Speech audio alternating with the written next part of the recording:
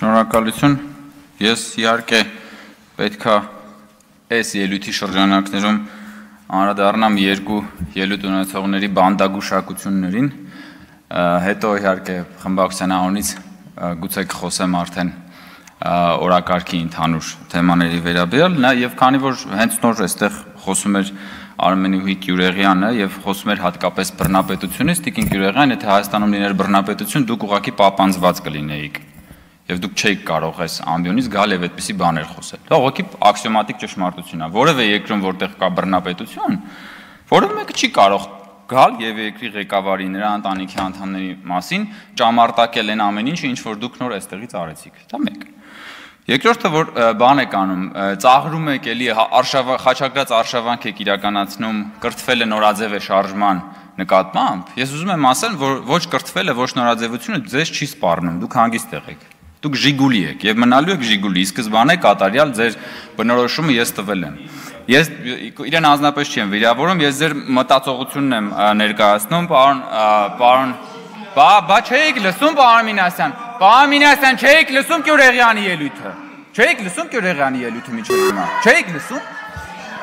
Չէ, բա չէիք լսում։ Բա չէիք լսում պարոն Մինասյան։ Գյուրեղյանին պահանջեիք պարոն Արշակյանից, որ Տիկին Գյուրեղյանին բանանի, ասի մի վիրավորեք։ Բա խի չասեցիք։ Ոնց ասի ինչ ասեք։ Բա գնա լսի։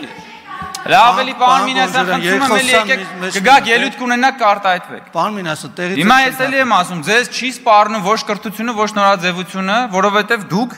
ի սկզբանե կատարյալ ժիգուլի եք, դրա նկարագրությունը տվել եմ։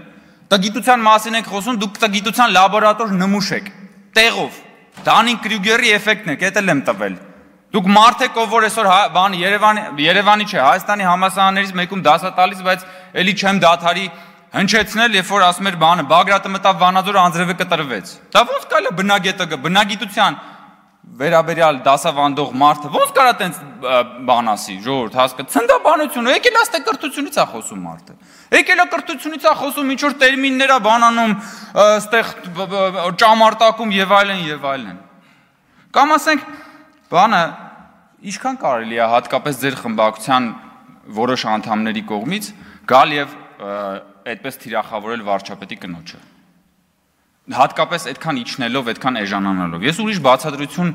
չեմ կարող գտնել, բացի նրանից, որ դուք ուղղակի դժբախտ մարդ եք։ Միայն դժբախտ մարդը սեփական կյանքում դժբախտ մարդը կարող է այնքան իջնել, որ գա այստեղ եւ վարչապետի տիկնոջ մասին խոսելիս այդքան իջնել։ Եկեք քաղաքական խոսք ասեք, փորձեք ձգտեք քաղաքական խոսք ասել, ձեր քաղաքական խոսքին կարելի է գալ անդրադառնալ, բայց այդ աստիճան պետք չի ընկնել։ Ասում եք իշխանությունը պահելու մոլուցքի մասին միայն կարող եք հպն մտածել։ Մենք իշխանությունը պահելու մոլուցք չենք ունեցել, դրա համար դուք այդտեղ նստած եք հիմա։ Հենց հիմա դրա նստած եք, որովհետև վարչապետը հրաժարական է տվել 2021 թվականին, Իմ քայլը խմբակցության падգամավորները վայր են դրել իրենց մանդատները, որպեսզի լինի խորհրդարանական ընտրություններ, որ դուք էլ մանդատները վերցրեք, գաք այդտեղ բան անեք, հանգրվանեք այդ աթոռների վրա։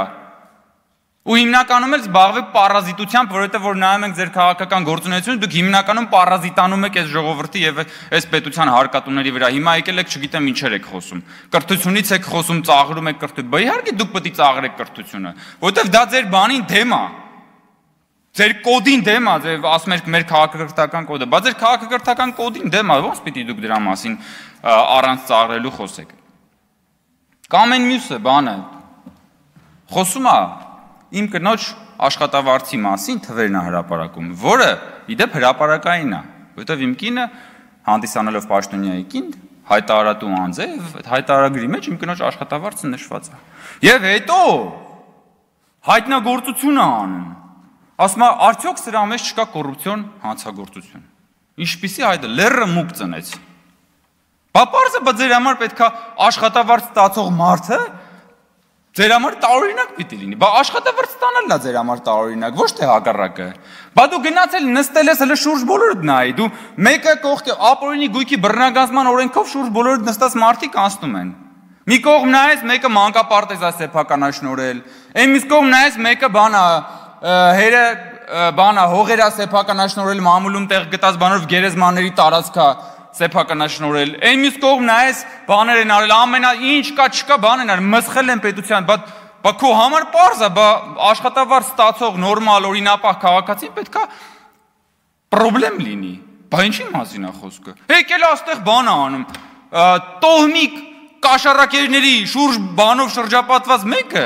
եկել է խոսում է բանից, կոռուպցիոն ռիսկի մասին, մարդկանց մասին, ովքեր որ ուրեմն իրենց օրինական աշխատավարձով ապրում են։ Կամ այդ որ Թագուհի Թովմասյան մամուլում տեղ գտած հրապարակումների համաձայն դուք եւ նաեւ կարծեմ կոռուպցիայի կանխարգելման հանձնաժողովում էլ դա հրապարակված է։ 3 հատ տուն ունեք Երևանում։ Դուք որպես լրագրող ո՞նց եք Երևան քաղաքում 3 հատ տուն բանարել, ձեռք բերել։ Հա՞։ Մատ կգաք մի օր այդպես բան ունեք, ելույթ ունենաք եւ հարցեր տակ նաեւ համապատասխան կառույցների ղեկավարներին դրա մասին։ Դուք 2018 թվականից ոնց որ թե падգամավոր եք եւ չէիք հասցնի 3 հատ տուն առնել ըստ մամուլում տեղ գտած հրապարակումների։ Դուք լրագրող եք աշխատել այն ժամանակ, երբ որ լրագրության եւ քաղաքական ոլորտում հորի բարքեր էին տիրում։ Բայց այդ հորի բարքերի ժամանակ ձեր հատկապես որ լրագրողական ծառայության համար են ինչ վարձատրություն են տվել, որ դուք ըստ մամուլի 3 հատ տուն ունեք Երևան քաղաքում։ Մենք դուք ձեզ նայեք հələ, ձեր ապրած կյանքը նայեք, ձեր անցած ճանապարհը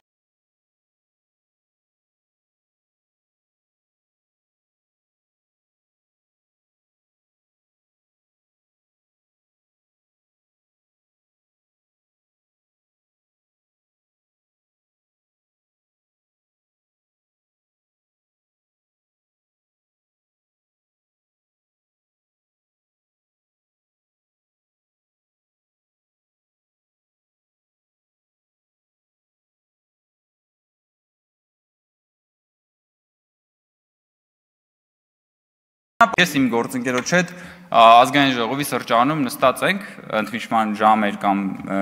աշխատանքային օրվա ընթացքում էր մի խոսքով եւ գրել է Հայկ Կոնջորյանը թզբեհ է քաշում սրճարանում նստած, համրիչ հայերենով։ Եվ տեսեք ինչ որ բան, սկանդալային լուր է դա դարձել Հայաստանի մեդիա դաշտում։ Ինչ։ Համրիչը ինձ մեկ-մեկ օգնում է, որպեսզի ես կենտրոնանամ, հա։ Քաշում եմ համրիչը, որ հետո գամ եւ քաշեմ քո շեֆերի սանձերը։ Եվ անընդհատ քաշելու եմ շեֆերի սանձերը։ Ու ամեն անգամ այդ սանձերը քաշելուց հետո գալու եք եւ այդտեղ ճամարտակեք տարատեսակ բաների համար, որովհետեւ հասկանալի է, որ ձեր շեֆերը ամեն ելույթից իմ եւ իմ գործընկերների այսահարվում են։